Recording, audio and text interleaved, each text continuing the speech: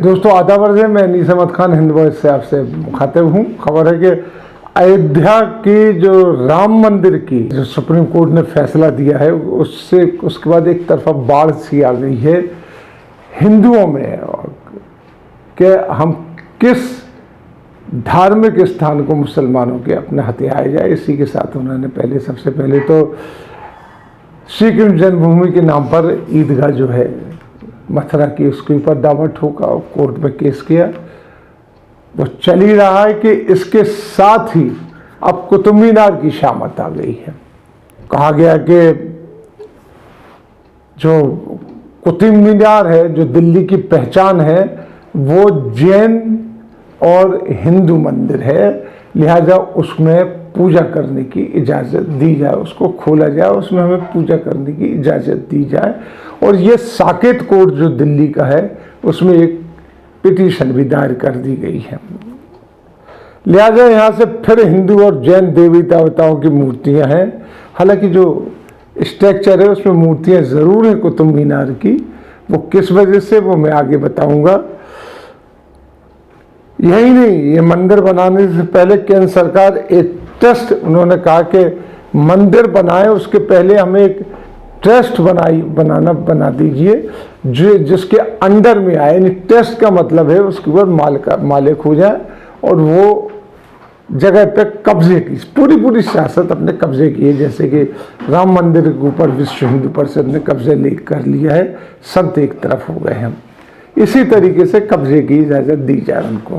RSS समर्थक एक इतिहासकार ने इस बात को लिखा भी है, जो काक का नाम है उनका, जो आगे चल के गुरुदत्त के नाम से इनके जो बीजेपी समर्थित और आरएसएस समर्थित और कट्टर हिंदूवादी नॉवेल भी लिखा करते थे।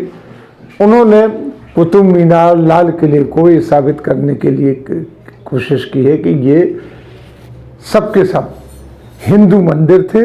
इनको मुसलमान जो आए हैं वहाँ से, मुग़ल और जो सारे लोग, उन्होंने इसको कन्वर्ट कर दिया। वैसे कुछ लोग तो ये कहते हैं कि मुग़लों ने कुतुब मीनार को मंदिर था वो उसको कन्वर्ट किया है, जबकि मुग़लों का उस वक्त तक आमद हुई नहीं थी।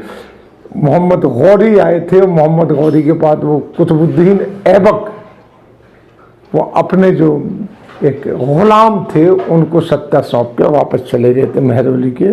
जबकि विश्व के सारे इतिहासकार ये बात कहते हैं, उनका मानना है कि लालकोट के अवशेषों के खंडहर से कुतुब मीनार का निर्माण हुआ। मैंने मलबे का जो मलबा पड़ा हुआ था वहाँ पे टूट फूट के बाद, उसके ज़रिए मंदिर का निर्माण हुआ। एक बात मैं यहाँ पे बताता चलूँ कि दिल्ली में एक आक्रमण नहीं हुआ है कि गौरियों ने आक्रमण किया हो फिर उसके बाद मुग़लों ने आक्रमण किया हो। इसके पहले भी कई आक्रमण हो चुके हैं। तातारियों ने किया, इसके बाद मंगोल ने किया। मंगोल मुसलमान नहीं थे, मंगोलों ने यहाँ पे आक्रमण किया। क्यों? यहाँ बड़ी संपदा थी, उसको लूटने के लिए वो लोग आते थे और लूट के चले जाते थे। मुसलमान जो आए गौरी से, वो यहीं होके रह गए, यहीं उन्होंने अपना आशियाना बनाया और मुग़लों ने तो बाकायदा यहाँ पे डेरा ही डाल दिया। इस जो कुतुब मीनार की ऊंचाई है वो 72.5 फुट है और इतनी ऊंची ईंटों की बनी हुई मीनार विश्व में अकेली ये है, ईंटों की। इसमें कुल 379 सीढ़ियाँ, 379 सीढ़ियाँ हैं, जिसका निर्माण 1139 में कुतुबुद्दीन ऐबक ने शुरू कराया था, जो मोहम्मद गौरी का गुलाम था।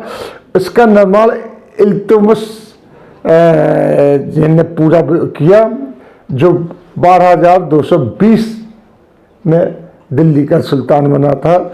इल्तुतमिश वो हैं जिनके रजिया सुल्तान जिसका नाम लेते हैं, बड़ी मशहूर, उन पर फिल्म भी बन चुकी, उनकी बेटी थी। इल्तुतमिश वो शहंशाह था।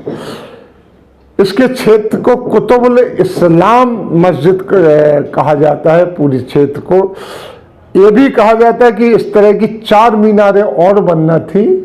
एक आप जाइए तो एक अधूरी मीनार बनी हुई मिलेगी और उसके ऊपर एक छत डाल के विश्व की सबसे ऊंची मस्जिद बनाने का इरादा था, जो पूरा नहीं हो पाया। इसी कॉम्प्लेक्स में 4वीं शताब्दी का एक ऐतिहासिक लोहे स्तंभ भी लगा हुआ है। बाद में तुगलक और लोदी जो वंश है, उन्होंने इसका धीरे धीरे निर्माण कराते चले गए। 1991 तक, माफ कीजिए 1981 के तक, 1981 तक एक कुतुब मीनार ऊपरी मंजिल तक जाने के लिए खुली हुई थी। कोई भी आदमी ये जो 379 सीढ़ियां हैं वो चढ़ के ऊपर जाके पूरी दिल्ली के दर्शन कर सकता था, लेकिन वहाँ से कूदकर आत्महत्या की घटनाएं बढ़ने लगी। और 1981 में इसकी सीढ़ियों पर एक बहुत बड़ी भगदड़ हुई थी, जिसमें तकरीबन 45 स्कूली बच्चे मारे गए थे। तब से इसको बंद कर दिया गया, जो अभी तक नहीं खुला है।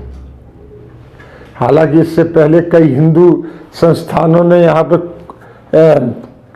पूजा करने की कोशिश की, और हर साल होती है कि कुछ हिंदू संस्थाएं हैं वो पहुँचती हैं और कोशिश करती हैं कि पूजा करें, लेकिन पुलिस उनको अंदर जाने नहीं दे सकती है, और बाहर से ही पूजा करके चले जाते हैं। लेकिन अब कोर्ट का सहारा लिया गया है, कोर्ट में एक पिटीशन डाल दी गई है, आगे देखिए इसका फैसला क्या होता है।